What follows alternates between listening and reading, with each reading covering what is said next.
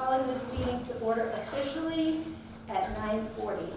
And I'm delighted to have our representatives here, Representative Scarsdale and Kushmarek. And because we want to be kind to their schedules, would you like to come forward? This is where our guests speak. We're going to skip right to you, skip over our usual agenda items. And I don't know if you have a presentation for us. Not a formal presentation, No, but we thought we'd talk and then engage in any questions and answers. And Did you want to meet the board, or are you pretty familiar with us? no, I think just a quick round of introductions is always Okay, always I'm the welcome. chairman, Debbie Lincoln, and we'll start over here with Mr. McGuigan. Jim McGuigan. Diane Mann. Kathy Beal. Jane Rabbit. She's our vice chair. Susan O'Sullivan. Anna Lockwood. Lou Franco, recovering select board member. That's why we had to wait. I'll let you first. Oh, I did say that. And Jack, Jane's husband. All right. I always joke that I'm a city councilor in recovery, so I and a fellow select board member in recovery. Absolutely professional. And I'm Mike Kushmarek, state representative for the 3rd Worcester, which is the city of Fitchburg, precinct B of Lunenburg. And I'm Margaret Scarsdale. I serve the 1st Middlesex, which is Ashby, Dunstable, Groton, precincts 2 and 3, Lunenburg, precincts A, B, 1, C, and D, Pepperell, and Townsend. And Senator Cronin was unable to be here today and sent his regrets, but he said we were in totally capable hands with you. No, and we're blessed to have such a wonderful partner in the state senate and in the legislature. And normally there's a friendly, or depending on the district, maybe a not so friendly rivalry between House and Senate counterparts. And we can say with all sincerity, Senator Cronin is both a friend and a dear colleague, and somebody that I think we are probably talking to in some fashion every single day. And so I think we count ourselves really fortunate that we get to speak as one voice. Three of us representing one municipality, and I think we take pleasure in making sure that we're in constant collaboration and communication, and that when we speak with one voice and approach all issues of the municipality as a unified front. Yeah, there is definitely a synergy here that I don't think, it doesn't happen all the time. So, we are always looking for ways to partner and serve our communities, and it's really an honor not to be part of this team. I'll just start by thanking each of you for the work that you do in the community and with our seniors and our elders, throughout the year. This is an issue that I'm deeply passionate about. I was a caregiver to both my mother and my father, cumulatively for more than a decade. I cared for them until both passed. It was an all-encompassing experience that really kind of dominated my 20s and into my 30s. And my journey as a caregiver ended my first week in office, right within the same week that I was sworn in as state representative for the first time. My mother unexpectedly passed, and that experience as a caregiver through mental health, through substance use challenges, and through homelessness, food insecurity, really helped inform my perspective of the challenges that so many in our community are confronted with each day, either going through it or being a caregiver themselves. And I got to work directly with many of our health and human services institutions and organizations. And my wife is also a geriatric social worker and has spent more than a decade kind of in the North Central community, working directly with folks in the community to make sure that they're connected with state and local services and supports. And so it's not just something that I've lived, it's not just something that we talk about, you know, on Beacon Hill. It's a conversation that, you know, I go home and I'm having around the dining room table. With all of that said, I know there's a lot of work to be done, and there's a lot more reform that we can, reform and resources that we can add to the conversation, I believe, from Beacon Hill to our municipalities and down to our Council on Aging to support our aging population. And but my thanks and gratitude to each of you, because you are the voices and the faces on the ground that really help make a meaningful difference. You're advocating in the community and working to help ensure that Meals on Wheels are going to the people that need it most in our community. And I know it's such a critical lifeline and touch point to my mother each and every day while I was, you know, trying to balance that full-time job and a full-time caregiver, knowing that there would be someone there that would have eyes on my mother, you know, multiple times a week, particularly, you know, when I was kind of struggling with that work-family balance. It was critical. That made all of the difference, and it both put my mind at ease, but it also, you know, for my mother who was struggling with, you know, clinical depression, that was that friendly touch point of just someone saying, "I see you and I care about you," and you know, so I know that that's the impact that you have each and every day, and so just an absolute pleasure to work with one of your former elected officials, Jen Benson, who is now Executive Director of AARP Massachusetts. And she knew my story, my journey of being a caregiver, and approached me about a year and a half ago as we were preparing to be sworn in to our most recent term. And she said, you know, AARP is looking to file the most comprehensive piece of caregiver reform legislation in the history of the Commonwealth, and one of the most expansive caregiver bills in the country.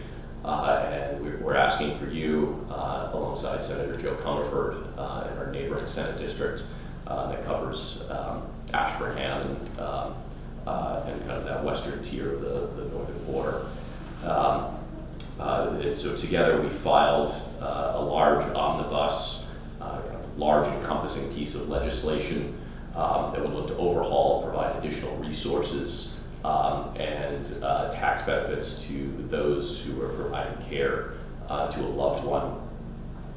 This is a large bill with likely a large price tag to go with it.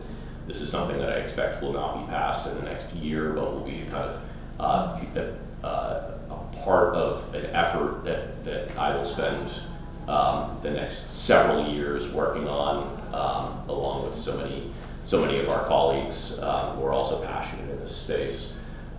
There's about 12 different facets of this, from everything from a tax credit for caregivers, a large-scale commission for an all-of-government approach to examine the state of caregiving in the Commonwealth, to review the resources that are available, the scientific approaches and studies that have been made, as well as kind of the to examine other states and what they are doing to provide care, to both support caregivers and support those that they care for.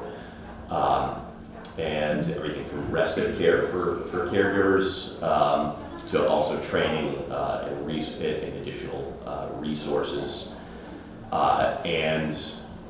Earlier this year, so this bill was filed just about 12 months ago, and we were at the start of that legislative process. As I detailed, you know, this is probably a 9-figure price tag at some point, in the hundreds of millions of dollars, to make sure that we are providing the care and support necessary to keep our seniors aging in place in their community, because the cost of not doing this will be not only exponentially greater to the taxpayer. Long-term care, Mass Health is incredibly expensive when our seniors have to go into long-term care and support services outside of their community.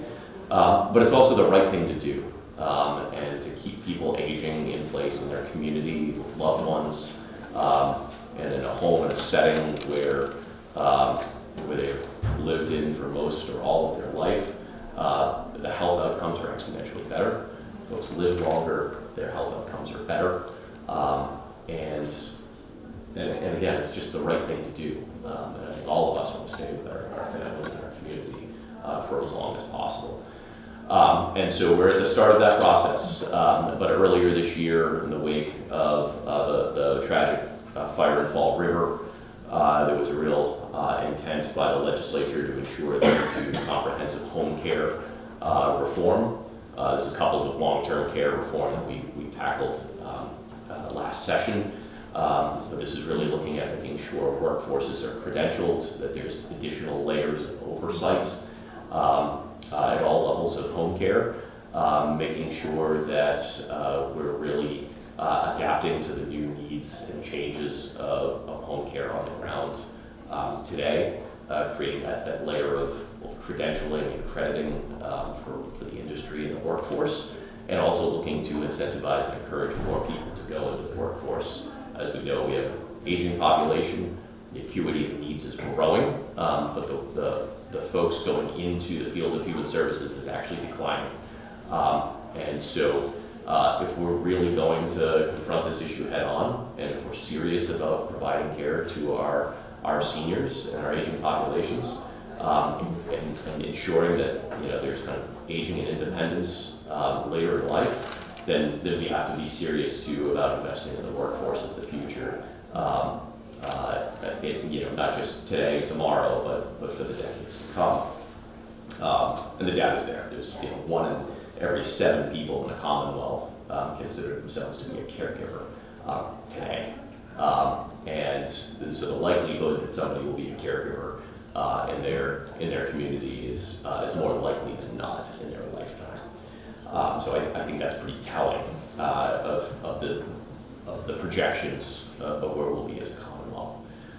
So as we took up this home care reform bill, we were successful in filing an amendment that included the establishment of the commission, a portion of that omnibus bill, that would both issue recommendations on spouses as paid family caregivers, that would look at the state of caregiving in the Commonwealth and make recommendations on how we're performing, where we're failing, and to ensure that there's an all-of-government approach of everything from, including the Secretary of Education, because increasingly we're seeing 16, 17, 18-year-olds providing care to multiple generations of family members while they're in high school. We're seeing truancy rates go up because of that.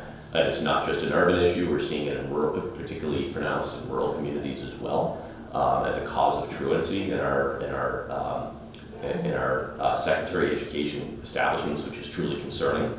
But we're seeing it all the way through.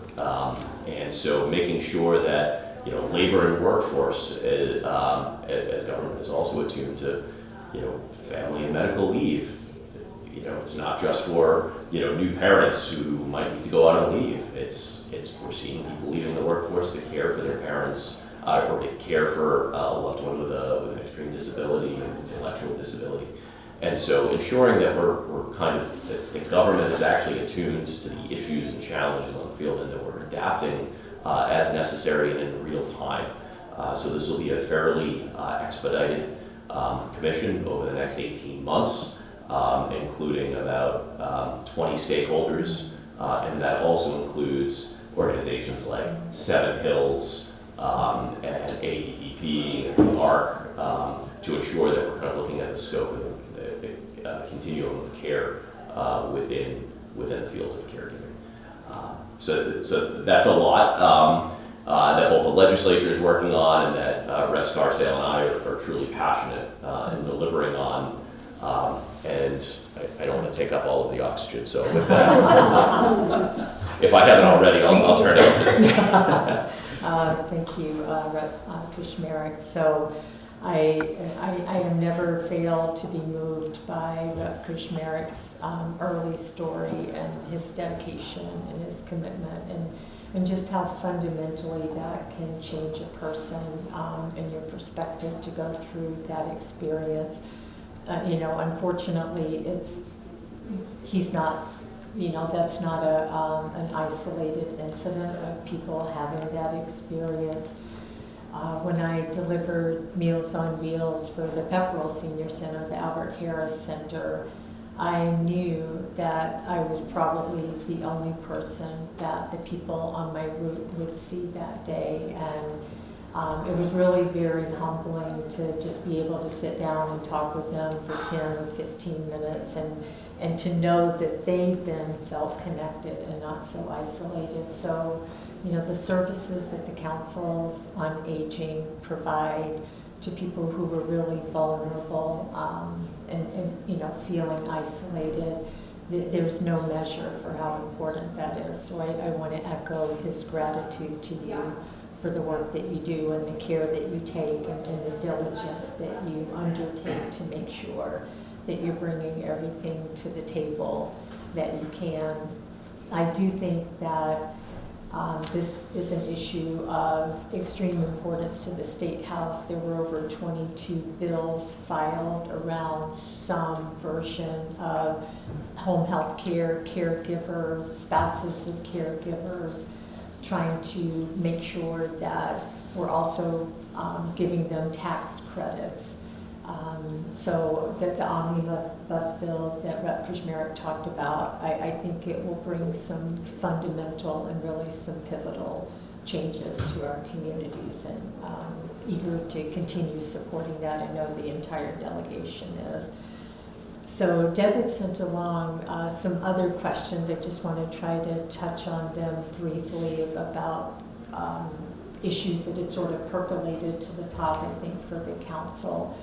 One of them being elevators in the home, and that can really make a difference to someone being able to stay in their home and being able to navigate, the place where they live. So I did a little bit of research and wanted to relay to you, and if this is too much detail, just let me know, but it's very expensive to install these, and there's a lot of factors that go into the final cost of them, like the age of the home, how narrow the stairs are, and you can be looking at anywhere from $25,000 to $55,000 or more to install a home health elevator. Again, once you have that, now someone has mobility between the floors of their homes. They're not stuck on one level all the time.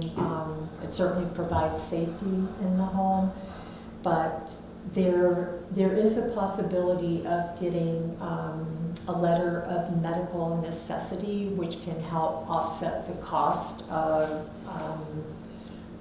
installing an elevator. It would be through your insurance company, and there are through the private insurance companies. There are Medicare waivers.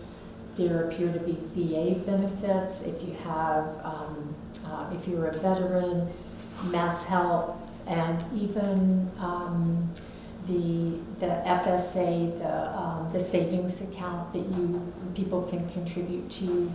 That might be a source of reimbursement if you're installing an elevator. And I'm happy to send all this to you in writing, Deb, so that you have it. There's also one of the operators that I found, the Lift and Care Systems. They accept Medicare and Medicaid. They're the installer, but they seem to be well respected. And if you're looking for a place, that might be someone you could contact to get a quote. They do require that letter of medical necessity. So it's not for everyone. If it's just beginning to have the struggles of navigating, I don't think you qualify. But there is some relief for that. Generally, you would ask about funding from the state. I couldn't find anything with regards to elevators, but certainly funding in general, because as Rep. Krishmerik mentioned, we have an aging population. The state wants to be a partner in helping to meet the varied needs that aging populations have. Um, Just on that point, I can jump in. yes, So every region of Massachusetts has an aging service access point. The one that services this catchment area is Aging Services of North Central Massachusetts, formerly Montechusett Home Care.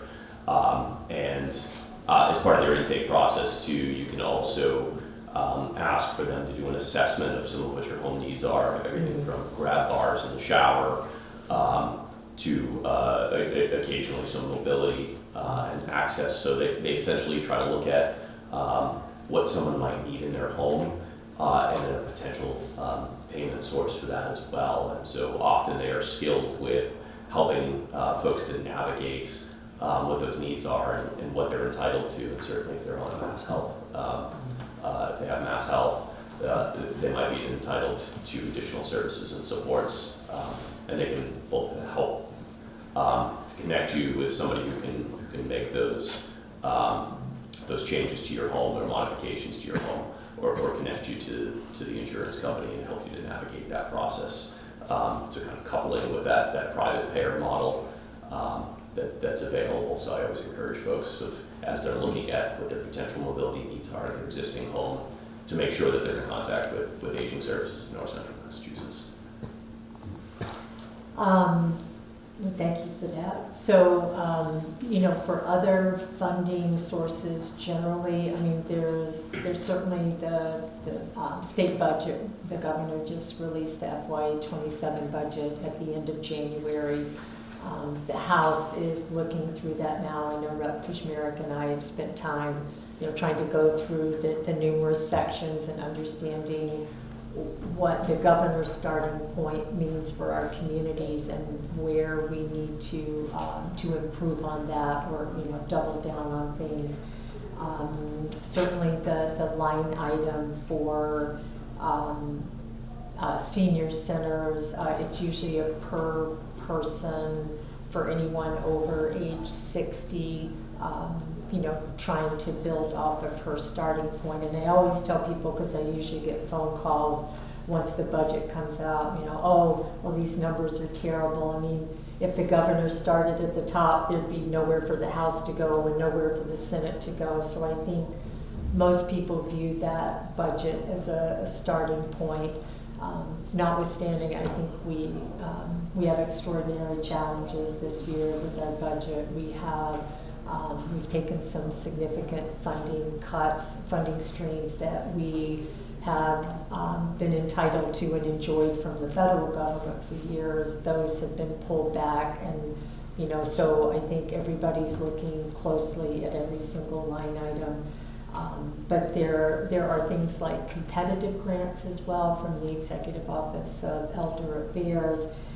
They cover a whole host of programs, digital literacy day programs. So if you're not plugged into that, happy to talk about that more with you and understand the specifics of the numerous programs that they offer. There are even Mass DOT funds that could be available for help with transit, transportation type opportunities that Lunenburg is looking at. And, sorry, I thought you had a good point as well. Private foundation grants, if you're not taking advantage of those or aware of those, again, I can plug you or we can plug you into that. I hadn't really thought about local cultural council grants that come out from the Mass Cultural Council. They're divvied out to the towns and for programs like education or enlightenment kind of programs that you're nodding your head. So I think you know about that. The Municipal Americans with Disabilities grants, those can do capital improvements in a senior center or buildings that serve senior centers to make sure that everybody has access, or maybe if you need to improve access in some areas, those grants can help.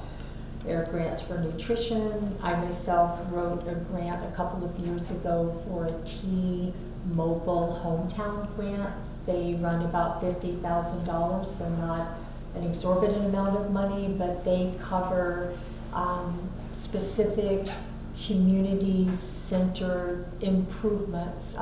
Maybe if you needed changes to the gazebo, you know, if you wanted to do some alterations or some additions, grants like that could help fund that.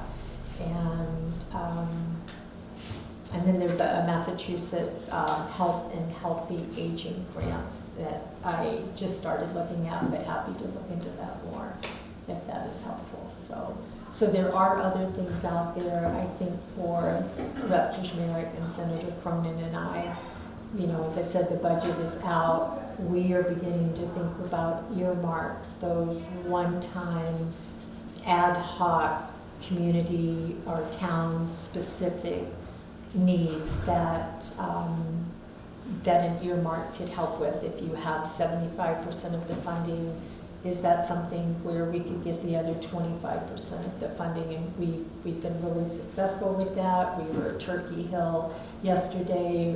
Rep. Kishmarek, Senator Cronin and I, he went to the Lunenburg Police Station. After that, he can tell you a little bit about that earmark. So we try to secure those every single year, and that's in conversation with you. We don't decide among ourselves that we think we'll do this.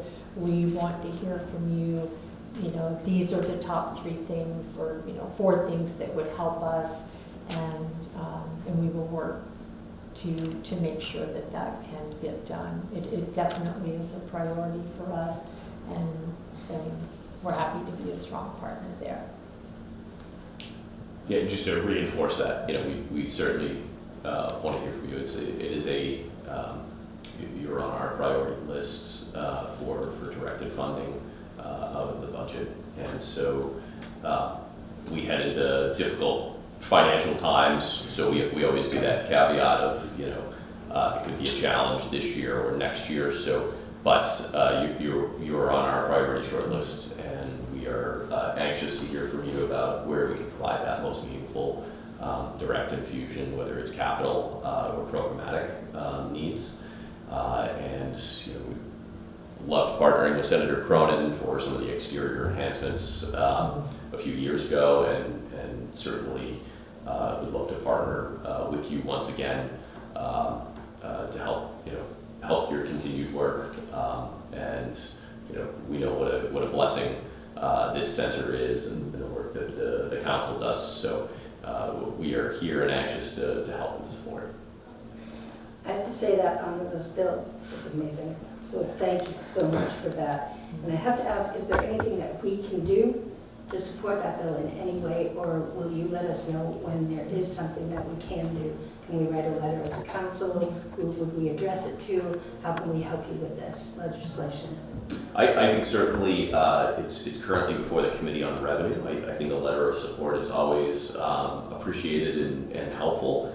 I think it being the first year, you know, flooding the committee with individual communications, we're not quite at that point. There may be an opportunity where at some point I may ask of, you know, everybody being willing to either make a phone call, testify, or send an email. But I think a singular letter from the council would certainly be helpful and appreciated, and I think it shows that you know, that breadth of support, and shows that, you know, often there's good ideas, but they don't necessarily match the realities on the ground, and I think, you know, you do that work on the ground, and you're the eyes and the ears of the community, so I think that would be welcomed and helpful. Great, if you provide that, Absolutely. that address, We can. we'll get on it. Fantastic.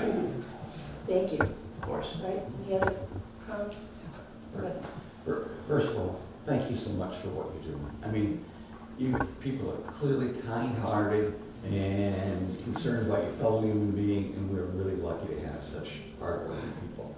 And Mike, I'm glad to hear they let you out of jail yesterday. Is that what it was? Yes. I'm only kidding. Yeah. Of course, I'm only kidding. I was fortunate enough, we had secured some funding for the Lunenburg Police Department, particularly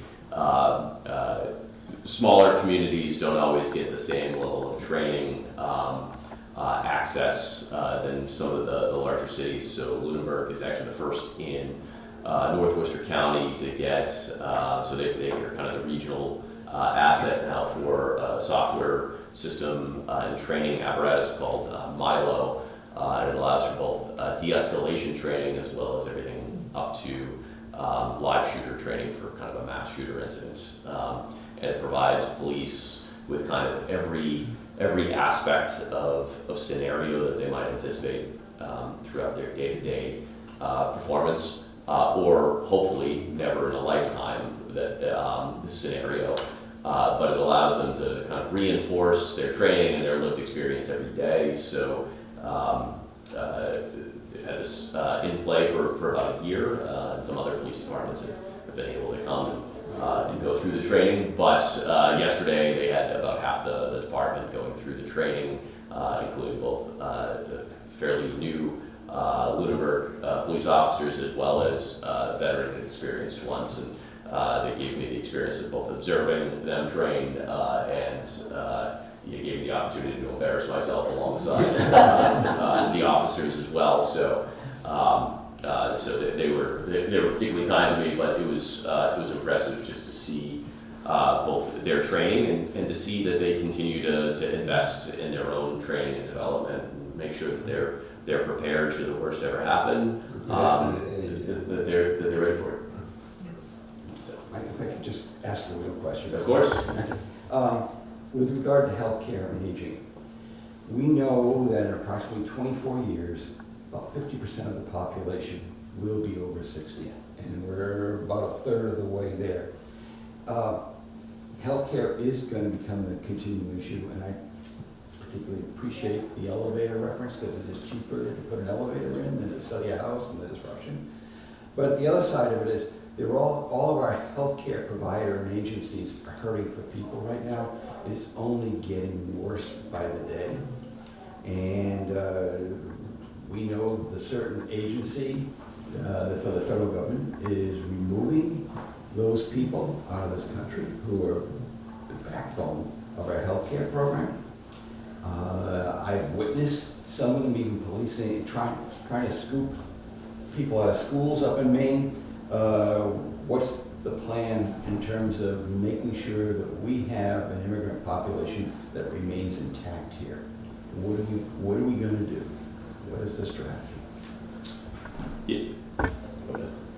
Pick first. Yeah. I'm sorry. No. And it's their conversations we're having, and their conversations we started anticipating. Unfortunately, several months ago. And you're absolutely right.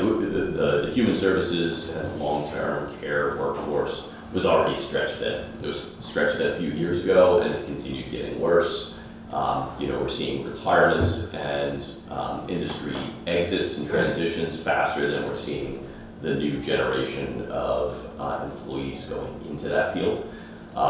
Again, my wife works in the field, and it's for every one qualified, or for every one person who's doing it in the state, there's about 2 jobs available for them. And so you're also seeing that revolving door aspect of people aren't staying with organizations as long. They're just kind of seeking the greener grass because the burnout is high, pay is low, and the hours are long. And not to mention, it's hard work. They take that stress and the trauma home with them, and often it's kind of a little secondary trauma for them to kind of live in that every day and then just go home. And so that challenge is very real. And it has been, you're absolutely right, compounded by some of the federal policies around immigration. And Massachusetts has one of the highest populations of Haitians here on temporary protected status who are given work permits. Both the Boston Globe and other national and international media outlets have kind of looked at Massachusetts, Maine, and New England in particular among the highest rates of work permits that will soon be canceled. You could see, we're talking about thousands of people today who will soon be exiting that long-term care workforce, and they cannot be replaced tomorrow. The state of long-term care, you're talking assisted living, nursing homes, and other such facilities have been closing at an unprecedented pace across the country, exacerbated here because of workforce shortages, and it's getting particularly concerning. We have, on Beacon Hill, really tried to make massive investments of government funding to make sure that long-term care facilities and nursing homes are not closing dramatically or suddenly, and that we're trying to provide, particularly during COVID, we tried to provide some additional help for keeping workforce in place. But you're absolutely right, CNAs and you know, nurses and just caregivers in general, there's a real fear here, and I cannot, you know, I don't think we can provide an assurance that that we are going to be able to keep this population, you know, employed and in this sector if the federal government is intense on seeing them exit the workforce for this country. Certainly, and I think you started to hear over the past 2 weeks, the governor and the Senate unveiled together one proposal around kind of immigration and trying to put some restraints and ensure that, you know, hospitals in particular, as well as other public places like schools, that ICE be barred from entry into those public places to ensure that kind of the public, and as well as courthouses and other such areas, you know, that their core functions remain intact and focused on providing care or services to the people that they're tasked with doing. Certainly, the House is last week unveiled not only a bill that it's intent on following through with, but stakeholder meetings with everyone from law enforcement to other legislators are active and ongoing. So Rep. Scarsdale and I were in meetings with almost all of our colleagues last week to discuss this issue. Those meetings are ongoing on a one-on-one basis this week, and stakeholders are actively being engaged from every aspect of both the immigrant community to law enforcement and the justice community to make sure that, you know, we don't see obstruction of justice that we've been seeing at an ongoing rate as well.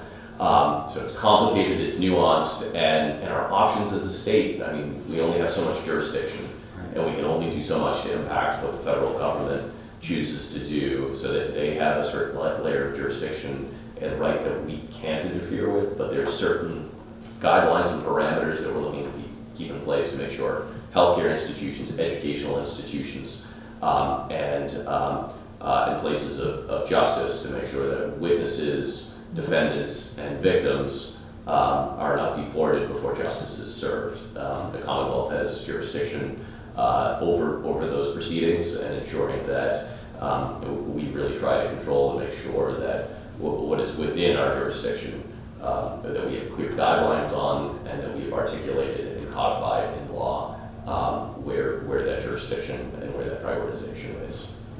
And if I, Sure, Margaret. No, go ahead. Please, go ahead. I wanted to circle back to more generally the healthcare issue.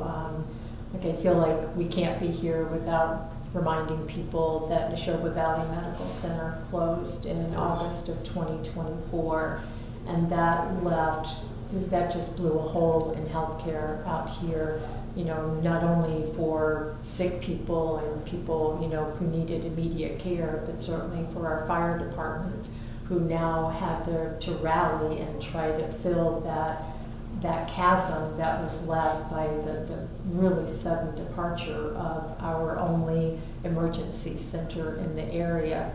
And this delegation, Rep. Kushmarek, Senator Cronin, and I, we were the driving force behind getting the governor's attention, getting a working group, you know, following through with that, and now having a satellite emergency facility that's slated to open in November of this year, so barely 2 years from the announcement to a center that is going to be up and running. And even beyond that, to press for a supplemental budget, a budget that's outside of the normal FY27 track, to press for a supplemental budget that specifically devoted funds to healthcare And there were 8 hospitals that were affected by Stewart closing. Kearney unfortunately also closed, but the other 6, had major challenges. So out of the $10 million that came out of the SUP budget, this delegation, your 3 representatives, the 2 representatives and the 1 senator, made sure that $5 million of that was solely for the 13 communities affected by Neshoba Valley's closure. Margaret's being kind. She was the driving force in this. And it really, a round of applause for her. Because, Let's go.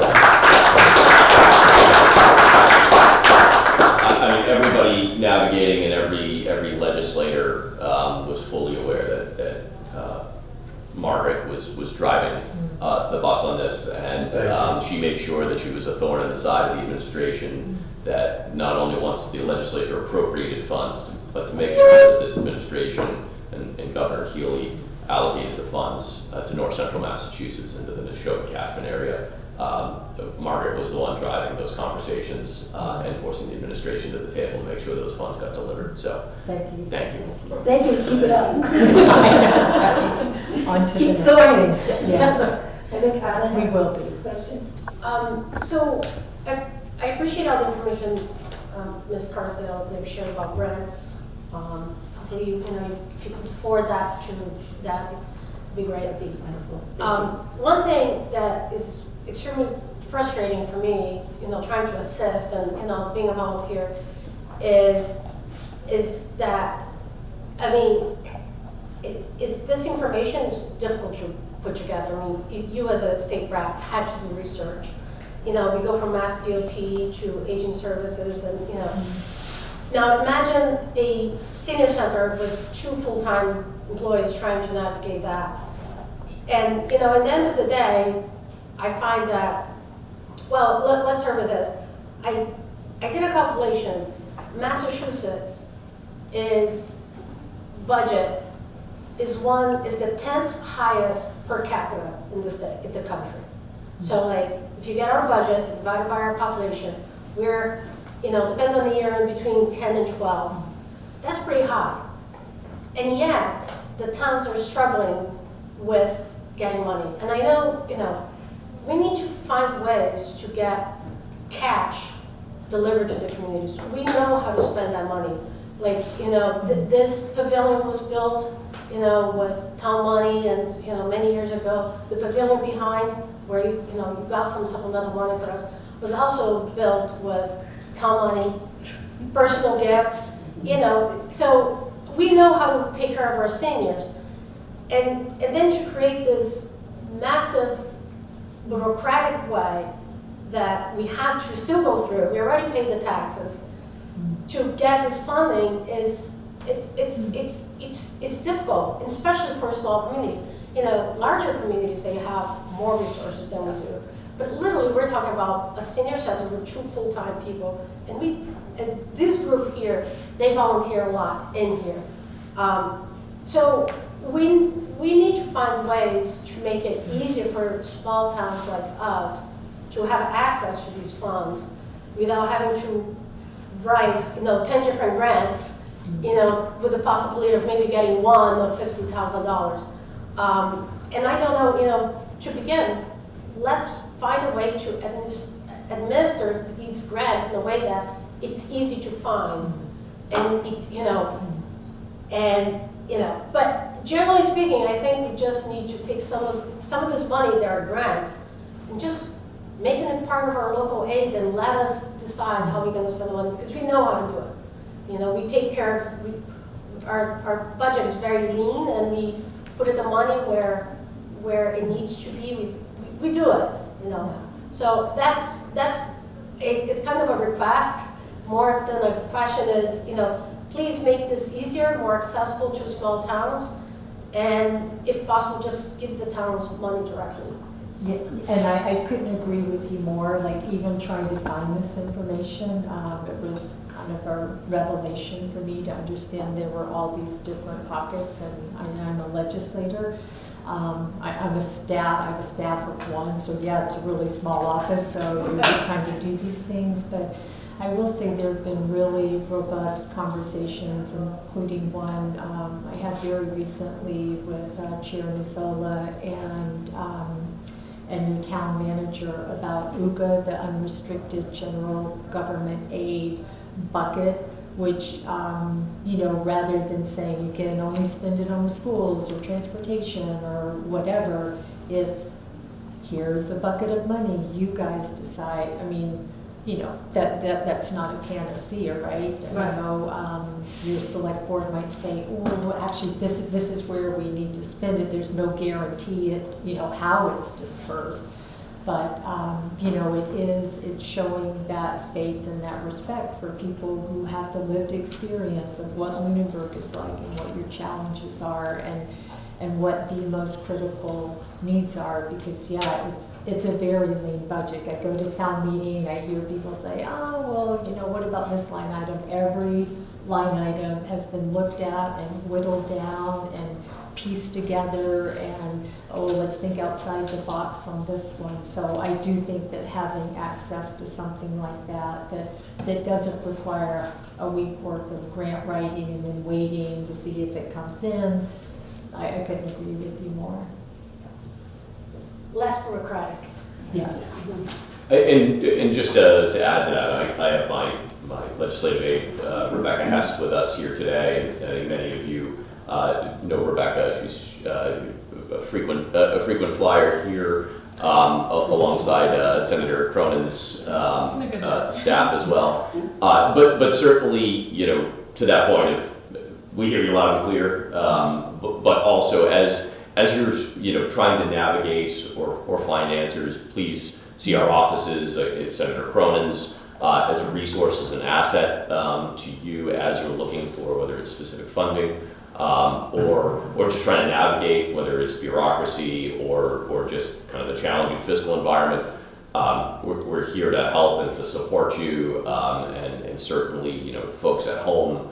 We're trying to figure out, I don't even know where to start. I think in this space, generally, I say aging service access points, the aging services of North Central Massachusetts. That is always a good first call for a senior in our community. But certainly our offices, and I know Chair of the Select Board is here, Cesar Nozzolo, who's a wonderful partner, and again on the local side of just being able to not only provide constituent help, but then also relay often, no, this isn't a town issue, this is a state issue, but to make sure you don't have to, regardless of the entry point into municipal, state, or federal government, we're all talking to each other, and we'll hand you off to the appropriate person to make sure that you don't have to do anything further. So just trying to make sure that there's a streamlined and cooperative and collaborative approach between everything from local government to federal. And we do the same with Congresswoman Trahan as well. And I just want to add, Beth Walsh from Senator Cronin's office will be here tomorrow morning from 8:30 to 9:30. So if anybody wants to stop by and speak to that office as well, that is available to you. I just want, if you take this message back, and I know you're with us all the way, and there's no question about it, but Lunenburg is getting hammered. And right now, our schools were forced to this last cut, all those kids in the grades kindergarten through 3.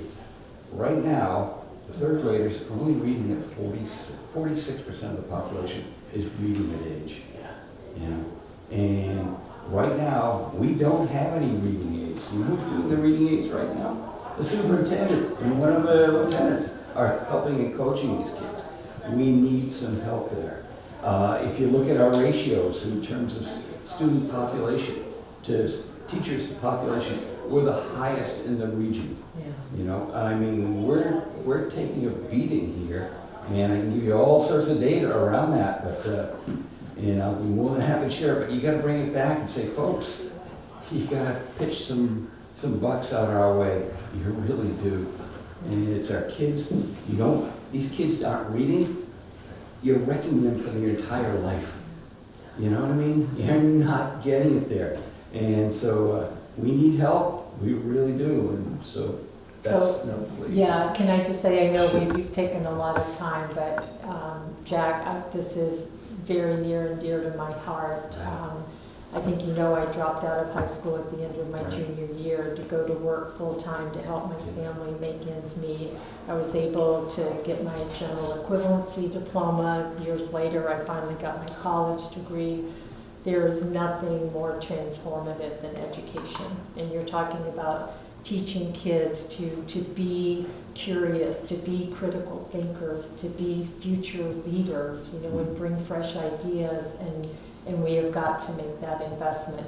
And that's one of the reasons, again, not to, you know, say this delegation is the best thing ever, although I personally You are. think we are. But who has built a statewide coalition among not just school districts that have school funding problems, a statewide coalition, but a coalition that partners with multiple other coalitions, the Massachusetts Municipal Association, the Massachusetts Association of Regional Schools and school committees and superintendents, and United for Our Future. Like, this is a massive statewide effort to bring attention to the school funding formula and how we can best serve all of our districts, because it is not working for the majority of us right now. So we take that work seriously. We do it.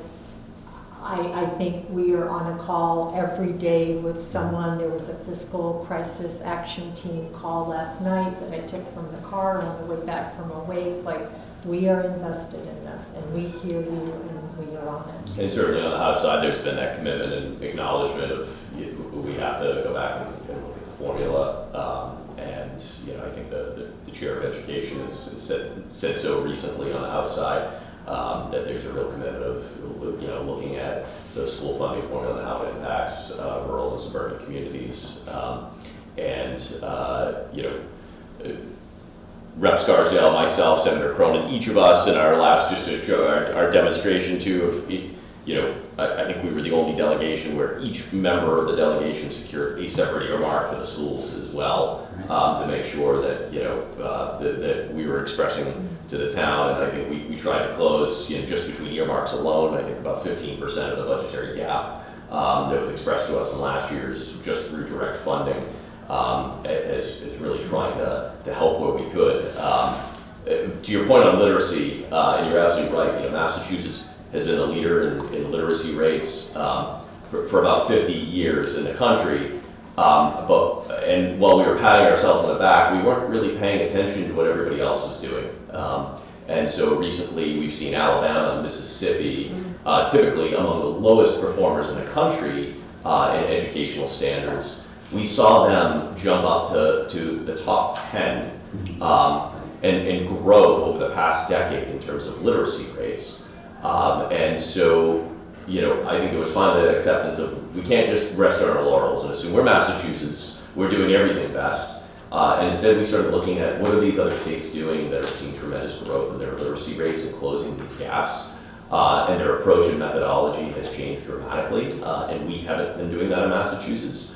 And so the House passed just about 2 months ago early child literacy to look at, to not look at, but to change the pedagogy and the methodology by which we're teaching reading and literacy in the Commonwealth. And the Mass Teachers Association that we each partner with, they weren't happy about having to change the standards, but it was ensuring that no, we're going to drag ourselves kicking and screaming into the 21st century and ensuring that we're using scientific and method-based and results-based learning techniques that ensure that that we not only maintain our #1 standards, but that kids have the highest possible literacy rates in the Commonwealth. And one final thing.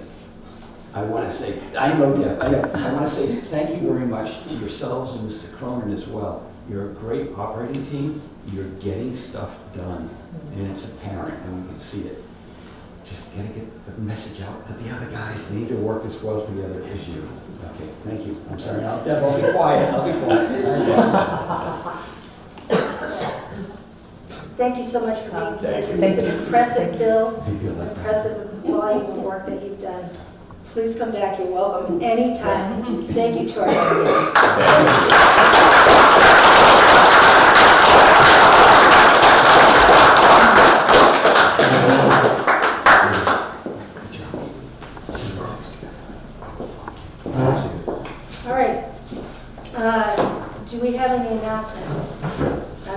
is something Jack is referring to later. Do you have any public comment? We actually have some public today. Quiet? All right, we have any board comment? I'm going to get to that in a bit. Minutes approval.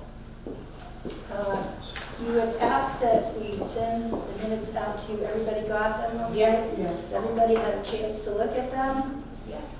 We're going to talk about minutes in a minute under new business. So, do I hear a motion to approve the minutes? So moved. Second? Second. Any discussion? All those in favor? Aye. Any opposed? All right, my minutes are approved. All right. New business, honorary board members. Jean Hobbs, whether you know it or not, you know the name, I'm sure, is officially an honorary board member. She was made an honorary board member for all her contributions to the Eagle House over the years. This addition is probably here because of her and her efforts. And we may have some people retiring from the board. We had Judy Tarbell and Pete Lincoln, and maybe some upcoming members who are putting years of service. And I'd like to toss out the idea of making some official honorary members, and what you think about that and what you think the criteria should be for that. Honorary members and what that would entail. Jean, it meant Jean could come to any meeting and contribute as an emeritus member. How do you feel about that? And would you like to come back to the next meeting with your thoughts on that?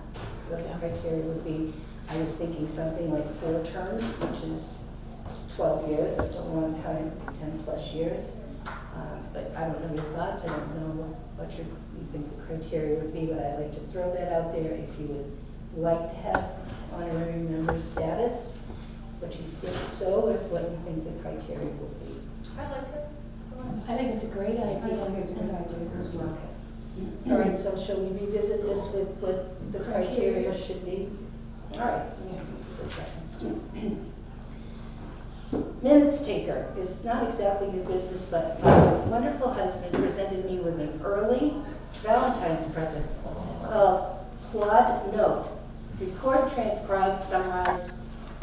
I'm a Luddite about this kind of stuff, but apparently I see Caesar over there.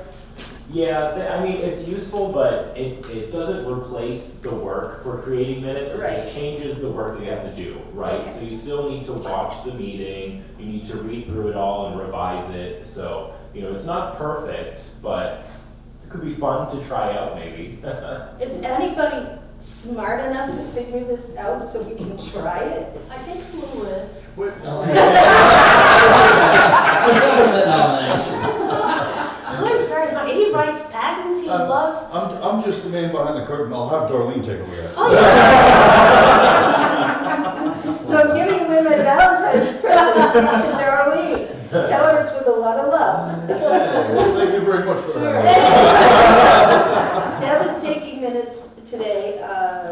Maybe we'll try that for next time, but we'll give it a shot. Thank you, Pete, for your thoughtful, he listens to me bitch a lot. Uh-oh. No. Not me, right? Okay, moving on to old business.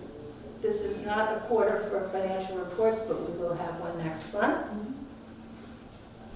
Deborah, can you come up and update us on personnel, please? So there is really no update. As of right now, we're still in the process of hiring someone for the outreach coordinator position. So hopefully by your next meeting, I'll have an update on where that is. Do we have applicants? We do. We're in the process of interviews. So we're fairly down the line in the process. So we're getting close. Okay, while you're there, I have a question about personnel. okay. So, I'm sorry I missed the January meeting, and perhaps I missed the update. we have the meal site manager now working as full-time? We do, she's been here a month now. Right, and Yeah. I'm sorry, I wasn't here. Yep. Can I have an update on like, we brought in someone, more hours, Yep. and the last time I asked, what that person's gonna be, we had a report of what is gonna, that person, the extra service that she would be Yep. providing. So it's. Well, it's been a month, she's getting acclimated to the new position and what's entailed. We are looking to increase, food services here. We're also, she's catching up on a lot of things that weren't done while we didn't have a meal site manager, reporting, tracking of funds, just putting we have all the information, she's just putting it all together. A lot of reports to mock are being submitted. So there's a lot of back work that we just didn't have the capacity to do, that she's been catching up on right now. But we're very much looking forward to, we have, like I said, we have Valentine's coming up this week, we have Mardi Gras, we have Kentucky Derby, we're seeing about other meals that we're gonna be putting on the schedule as well. So there's a lot going on. Like I said, it's been 1 month, Right. so it's a little bit of, we just moved the freezer in there because she's gonna be starting to order things in bulk. So that's been moved into the kitchen area. So there's a lot of things that, seeing what the needs are.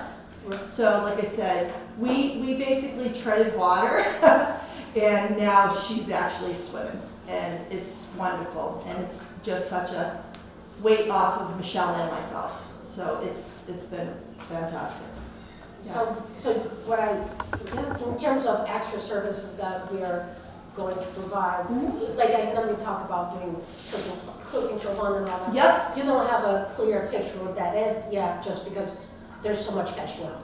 There's so much catching up, but we will be starting those. March's newsletter is done, it's got all those extra things that I was just talking about. But also too, like I said, we're now that I don't want to jinx it, now that the weather's starting to get nicer for the spring, we're looking to do that evening meal for seniors that work, that are in the community, that don't get to have the opportunity to come here during the day, and offer some programs, surrounding that meal, where they could come for a caregiver presentation or things like that. So we're looking to, like I said, add programming along with food.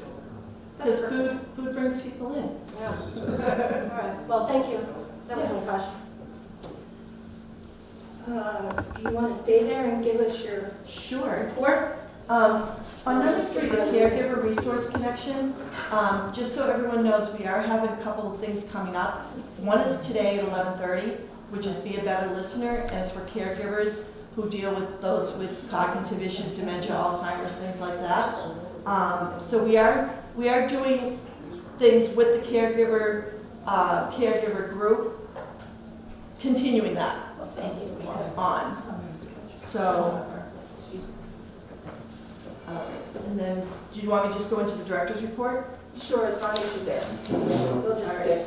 Also, too, I gave this to Kayla to post on local cable, but I've been a part of this Neshoba Health Equity Partnership, and they're looking for a community champion. They're looking for individuals in the community who would like to help out with going forward as far as healthcare in this community. So there's some on the tables, there's a QR code. If you're interested, please think about doing that.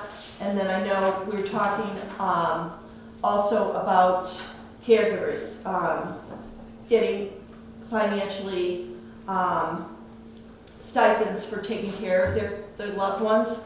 And we have a program that's here at the end of the month on February 25th, and it's through We Care 365. And if you qualify, you can actually get paid to stay in the house and take care of your loved one. So that, Who is We Care 365? it's an organization Is that that, private? yeah, they do this, they walk you through it, they set you up with it, they do the application with you. They're gonna be here on the 25th, they're gonna have breakfast here for everybody, and they'll explain how it works. So I love some of those things. Sometimes I worry, and I don't know if this is the case, I'm just telling Yeah. you something that is in my mind, Yeah, and I just want to, and I don't know if this is the case for them. exposing our seniors to too many businesses where their goal is to eventually sell something to our seniors? Yeah, Versus, this does not do that. versus them just providing a service and their funding might be, Yes, something else. they're subsidized by the government, Okay. this agency. Lucas is here every week, meeting with anybody who wants to meet with him. It's a very legit group, and like I said, they're gonna come, they're gonna have all this information for, basically it's adult foster care. And that's what you get paid for. Yeah, On the monthly schedule, it says 9 AM, but on this it says 10 AM. it's 9. I'll let him know he made the flyer, Okay. so I'll let It him is know. 9. It is okay. 9, it's breakfast. And, I mean, it might be, breakfast is, 9 o'clock, and then they start the presentation afterwards, but it is 9 o'clock. and I'll add, to make it clear, the location is here, the flyer. Yeah, the flyer doesn't say where it is. Yeah, it's here. This is why we usually make our own flyers. So, and then, the director's report, I was gonna kind of go through. It does say Lunenburg at the bottom of the flyer on the left. Oh, that's right, It's in blue. Yeah, It's- you can see you it. can't I can see it well. yeah. It does say Bloomberg Adult Activities. Yeah, yeah. Really look. It does say. I'm gonna go through the director's report. It's in your packet, so I'm just gonna kind of go through it quickly for those at home, just so you know what's going on, because we are tight on time right now. So our balance class has been very popular, and we're now gonna move that to weekly. So starting in March, it's gonna be every Monday at 3:30. On February 5th, our nurse practitioner, Lauren Perella, is gonna presented on heart health. That was this past week. This week. Also, last Friday, the Women's Club had their auction. They had 50 people here. It was a great attendance. It was wonderful. Yesterday, the Friendly Seniors had about 40 people here singing karaoke, and that was a blast. I did get to sing with Lori Holden, and it was a lot of fun. Today, Neshoba Park is, like I said, is offering the How to Be a Better Listener for Caregivers. Tomorrow, we actually have a vegan wellness workshop, Eat Well, Feel Well. And then Thursday, we have our Valentine lunch, and that's including Valentine musical bingo. So your bingo cards will have either the artist or the song on it. We'll play it, you cover it, you win some prizes. Our Veterans Breakfast is held every second Friday of the month. We're closed on February 16th for President's Day. On Tuesday, the 17th, we have our Mardi Gras luncheon. And also the Chiefs Chat is also held the third Tuesday of each month. Wednesday, the 25th, We Care 365 has their breakfast presentation. And Thursday, the 26th, we have our wellness clinic with the Neshoba Board of Health, and we also have our foot clinic, which is by appointment. Friday, the 27th, our memory cafe. Good Pickin' Farms is bringing bunnies. So I think they're going to all enjoy that. Next month, we actually have Rob from The Rob Show, but in April, we have Brandon Harris. I don't know if anybody knows him, but he just graduated from Lunenburg High School, and he wants to be a musician, and he plays the guitar, and he's going to come entertain for us. So I thought that was really great that this local kid is taking interest in this. In March, we have nurse practitioner Laura Perella. March is National Sleep Month, so we're focusing on sleep. So she's going to do a presentation on nutrition and sleep. On Monday the 9th, the Historical Society is going to have an actor, which is Meet John Adams. So if you want to meet John Adams, you can come meet him. I heard he's Lou's favorite.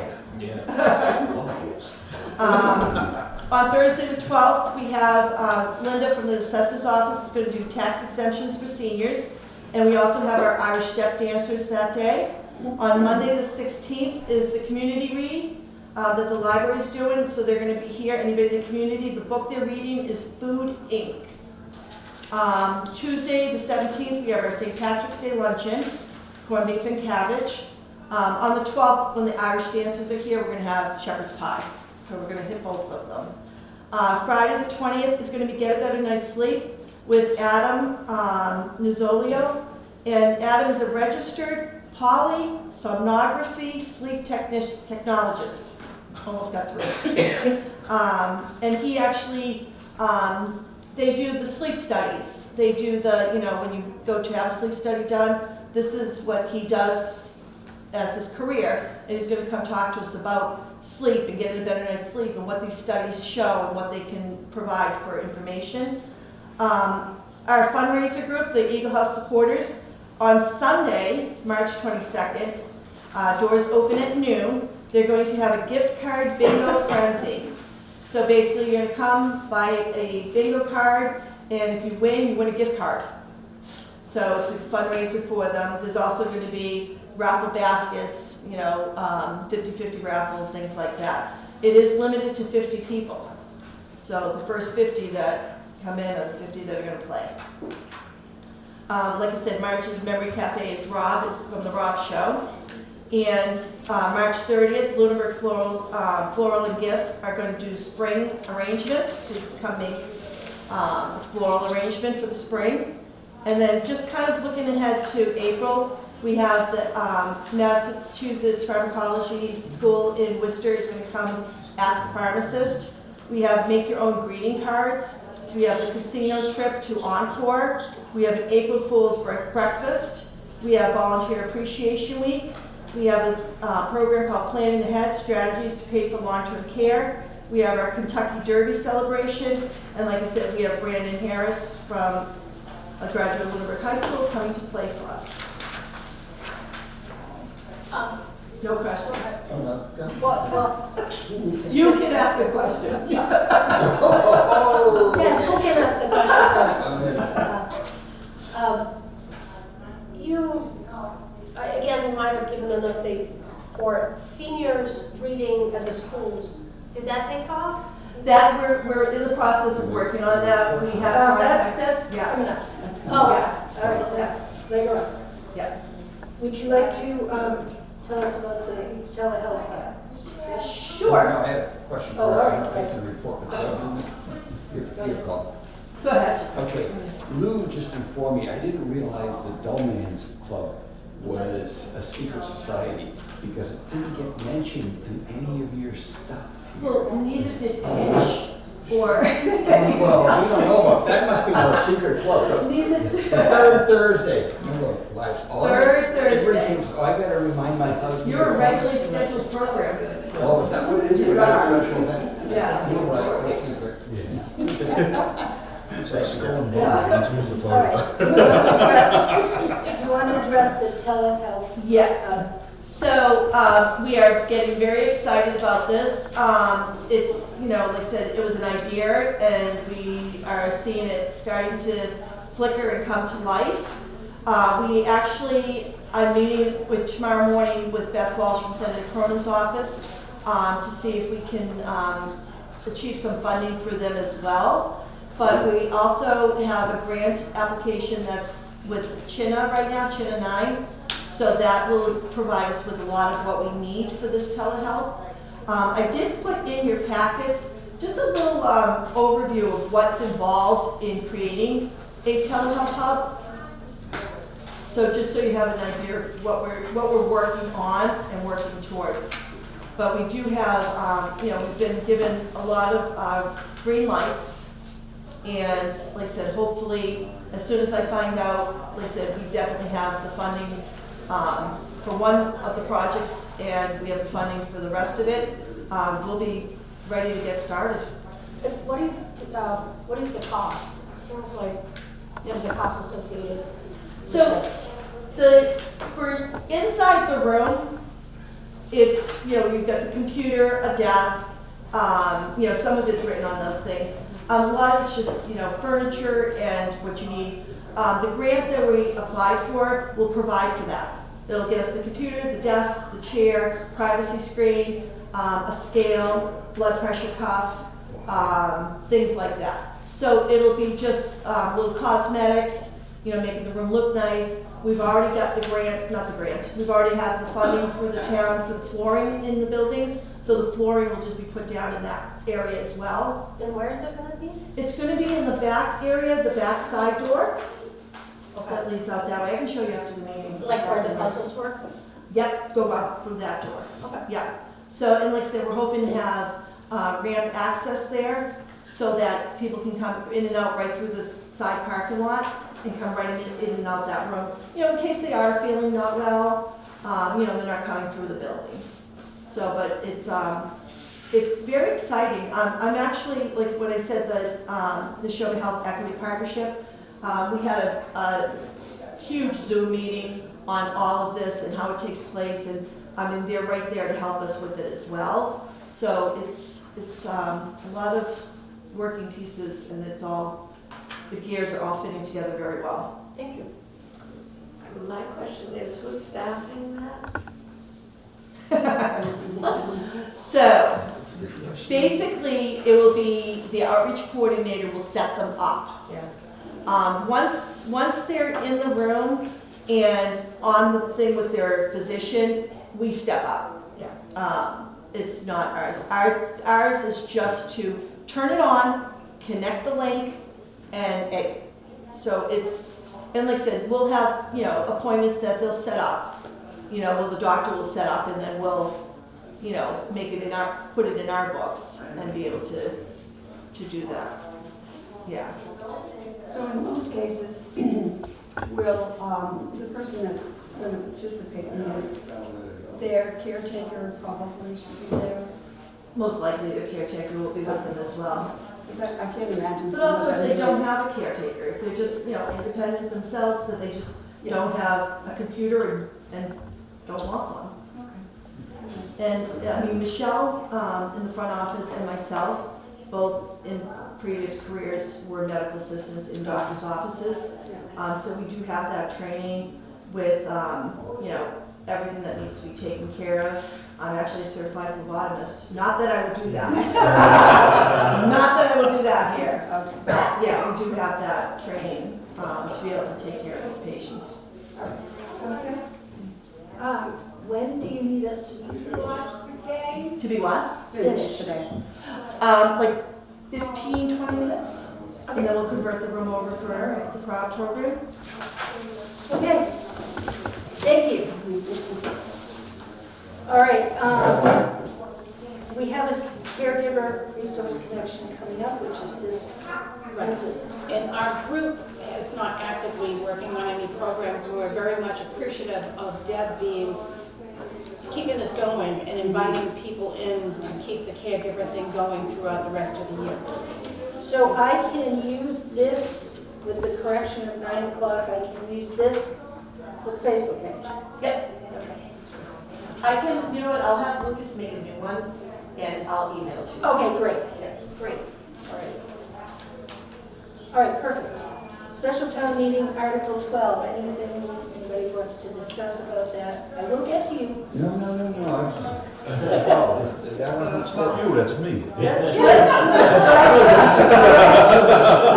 I saw Jack's mouth There's nothing of substance to report. Caesar and I are going to get together for coffee and discuss. All right, okay. So we heard the updates on local hospital services from Margaret. So we'll skip that one. Lobby furnishings. We are actively working on it, no update yet. Should have some good news soon. All right. Well, we're getting brief here. All right, 41A update. Okay, That's That's you. okay, That's okay, I you. have 2 clients in the wing. The problem is I'm missing this key component, that there's an active search going on, and as soon as we get that, we can get that reinstalled. I can get these people to work with the coordinator, outreach coordinator, as we were with Pauline. And so we're kind of stalled. I'm reticent to go out and as an individual give them advice, and I've asked them to go and talk to the assessors organization. And by the way, Deb, thank you so much for getting that assessors set up, the conference speech. Thank you, good job. We also have a board out here with information for the assessor's office and tax exemptions. We also have a new section that's all trips. Barbara's actually working in the office today, but there's, I think, 12 trips that are coming up this year. And again, Deb, great job. Thank you. Thanks. Yeah, this thing shows up. It's amazing. Okay, anything other than this caregiver, go on the COA page, any COA news, any COA items. I want to do another sunshine call out. Okay? Anything else? Feedback on bylaws, we haven't done anything on that, right? We haven't had a meeting, but I think we're gonna have one Thursday. So hopefully it's gonna get posted today. So then we'll discuss it for the first time on Thursday. So we do have some examples of other towns. So we're gonna start that on Thursday. No, if you wanna go, you can, but if not. No, because we've Okay. got medical appointments, so Yeah, okay, that works. And I'll report back. just let me know, Yep. okay? Thank you. All right. All right.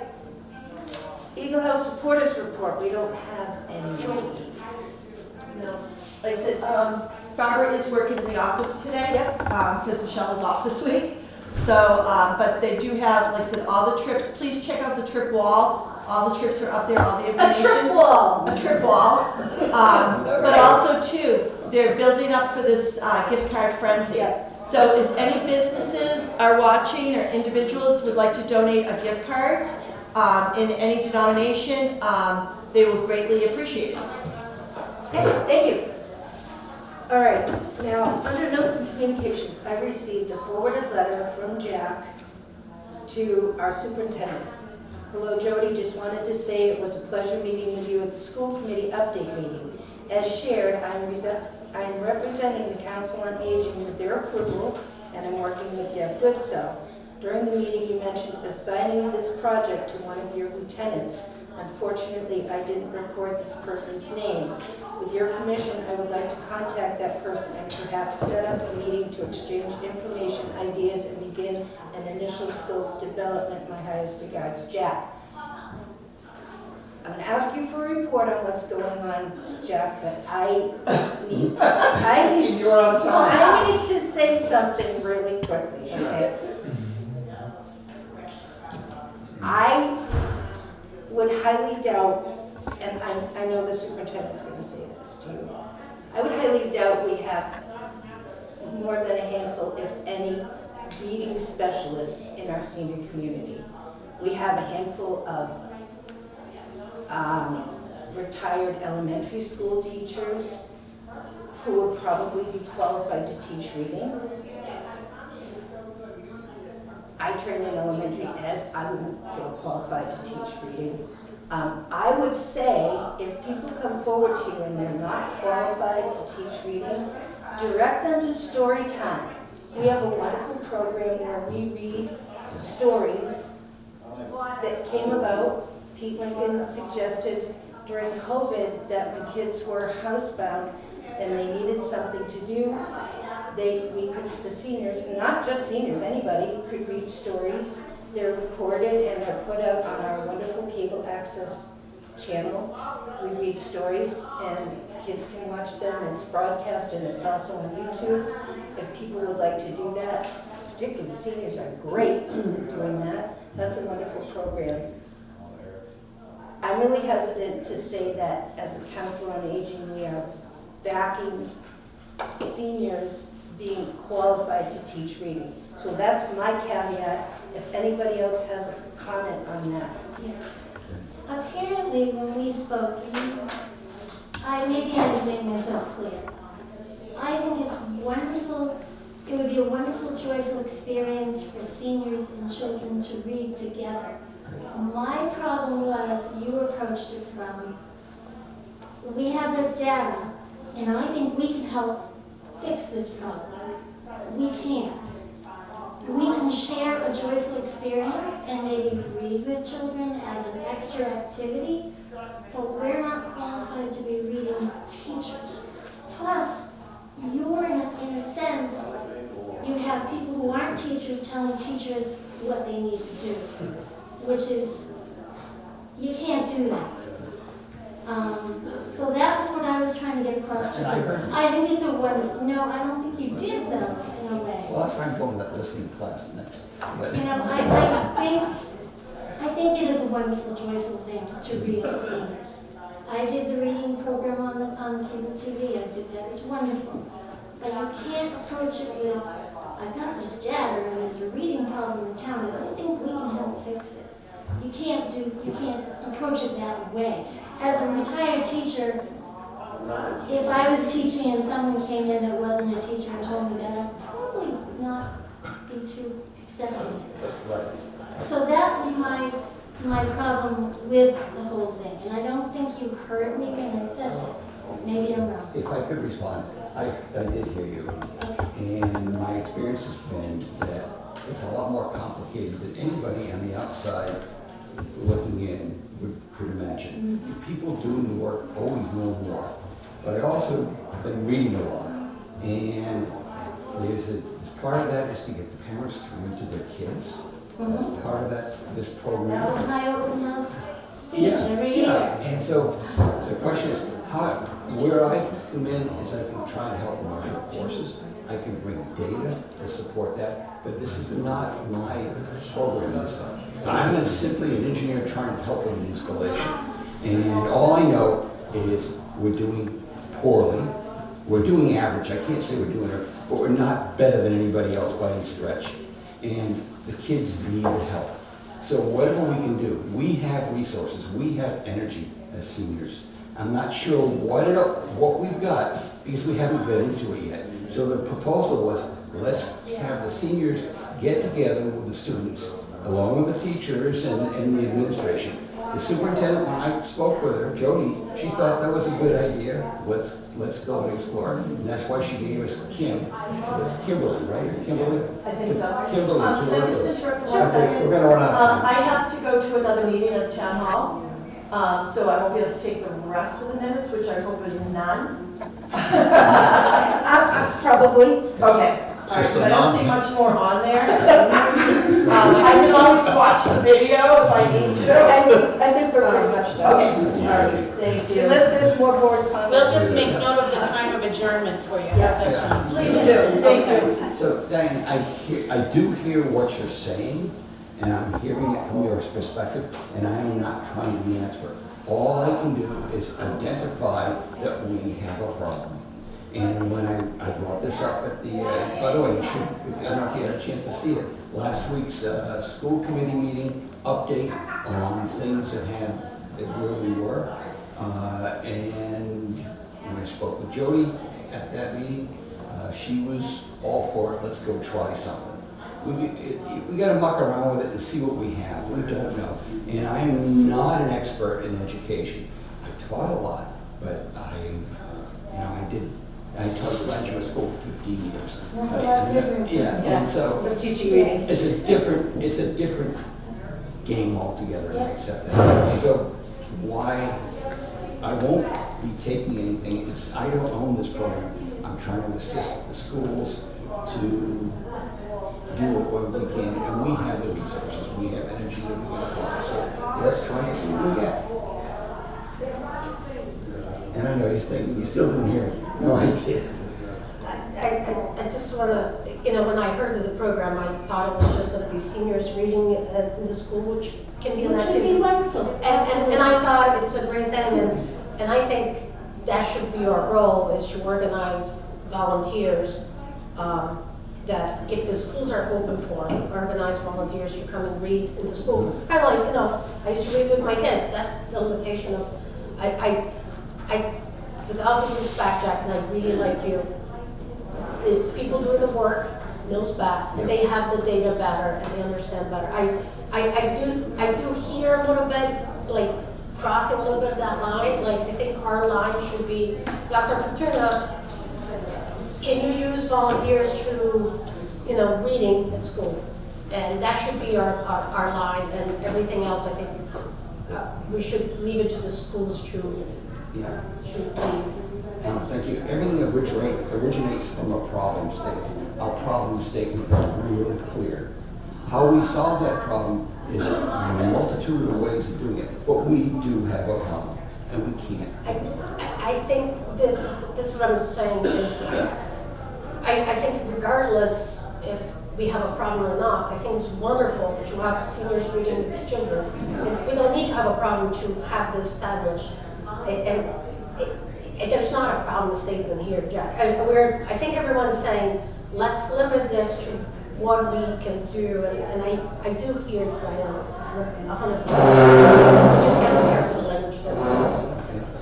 Yeah, and I think if we do definitely have a problem, the answer to that problem is funding the schools to the point that we can get the professionals back in to assist the teachers and get these, these poor teachers have lost.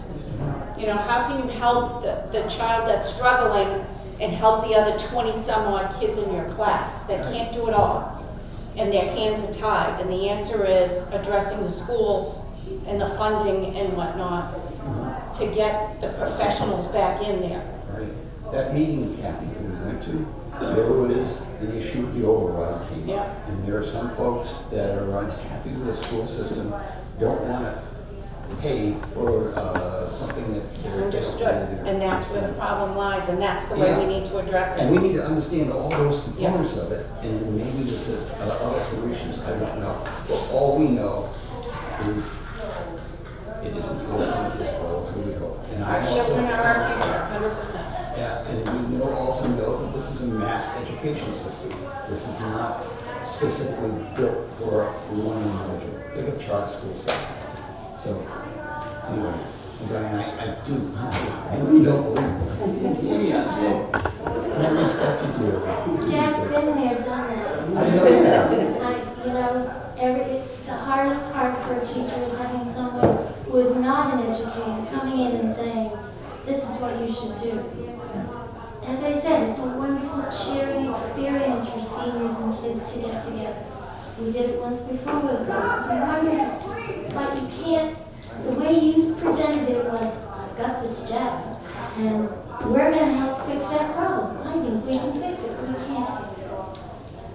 Not by going in and doing that. I don't know what we can do yet. I know. I'm sorry. I get very emotional because it meant a lot to me. And I have someone telling me something that I know better. So I'm sorry.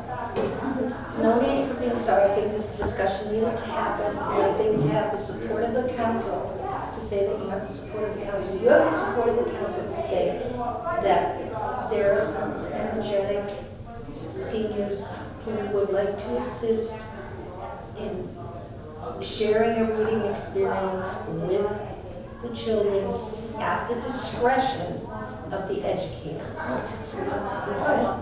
That's what I think we need to put forward. It's not a bus to drive. Okay? So, I just thought that needed to be Yeah, I said. mean, if it's just a question of reading to the children, I would be happy to read patent constitutional law cases. Is that nap time? Are you leaving on heavy metal lyrics? I can do that too. I can recite those. All right, do we have any other board comment? Any other board comment? Any other comment from anyone else? All right, do I hear a motion for adjournment? Motion to adjourn. Second? Second. All those, any discussion? All those in favor? Aye. And it is 11:30.